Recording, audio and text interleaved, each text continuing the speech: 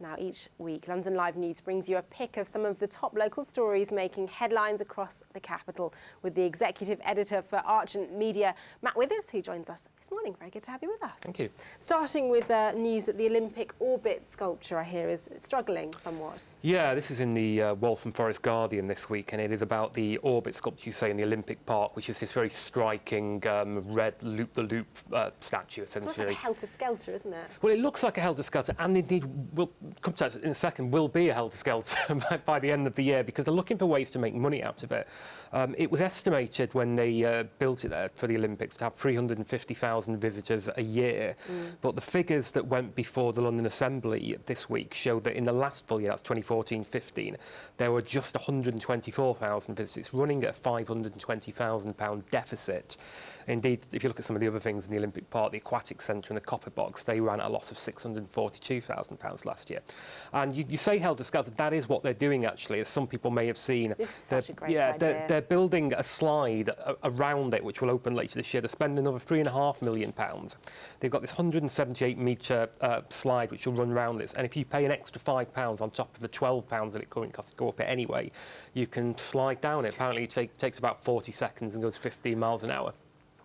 And I think they're going to be banking on this, because if you look at these figures, that is, you know, it's one heck of a loss to be making. Yeah. And in terms of the whole Olympic legacy, I don't, you know, it's not really tenable to keep making those losses. So they really do need to find something that's going to pull people in. I think that's a great way to pull people in. I know that I would more than happily visit the Olympic Park to have a slide down that. I suspect it'll be very successful, actually. I mean, it is a wonderful looking park, but it is, apart from the Aquatic Centre and the orbit, there's not a great deal to do there when there aren't any events on.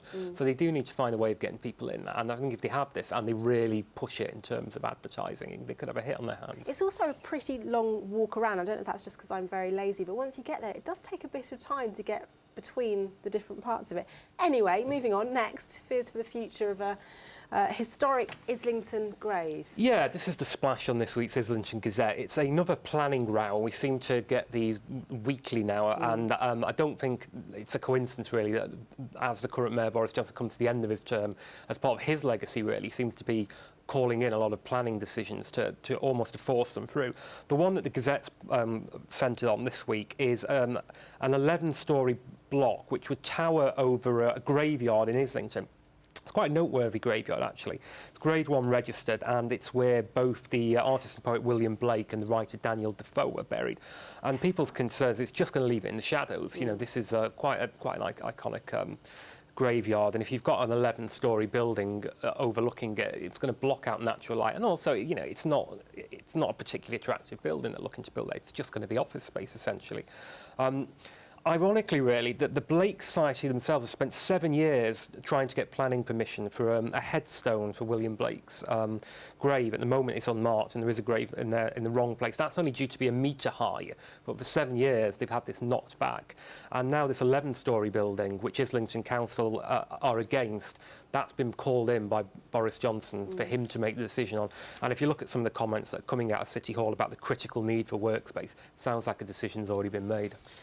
Yeah, interesting stuff. One to follow, I'm sure, in the coming weeks and months. Next, calls for a statue commemorating none other than a dog.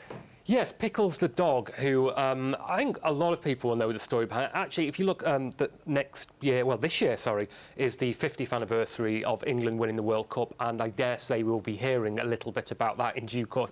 It's also the 50th anniversary of one of the strangest stories in English football history, which was in March 1966, when the World Cup itself went missing and had to be found hidden in a bush in Croydon by a dog called Pickles. And now, to mark 50 years since this, the owner of Pickles, who long ago passed away, but his owner Dave Corbett has asked for a statue to be built on Wembley Way, marking the very unique contribution which Pickles made to English football history. I think this is great. Edinburgh's got Greyfriars, Bobby. We can have Pickles in London. Why not? Yeah, I mean, it's like, I mean, it may be a little bit of an object of mirth. You know, the one time that England had the World Cup, we managed to lose use it and had to get a dog called Pickles to find it in a bush in Croydon.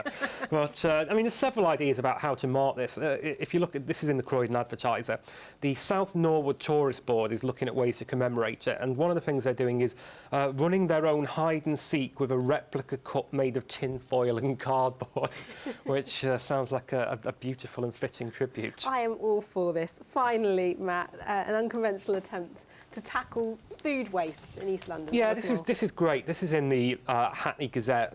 Where else really, except to Hackney, where Brewery there, called Hackney Brewery, have found a way of tackling food waste. Figures are huge on this. 15 million tonnes of food are wasted every year across the UK. And they found that they can make beer from unused bread. So they got bakeries and delis across London that haven't sold their bread by closing time would ordinarily just chuck it away. This brewery has found that if they slice, toast it and mash it into breadcrumbs, they can then brew it with barley, hops and yeast. Apparently it makes a very pleasant and drinkable beer, which they're now selling. It's called Toast Ale. You can buy it online. Jamie Oliver and Hugh Fearnley-Whittinstall have both paid tribute to this beer.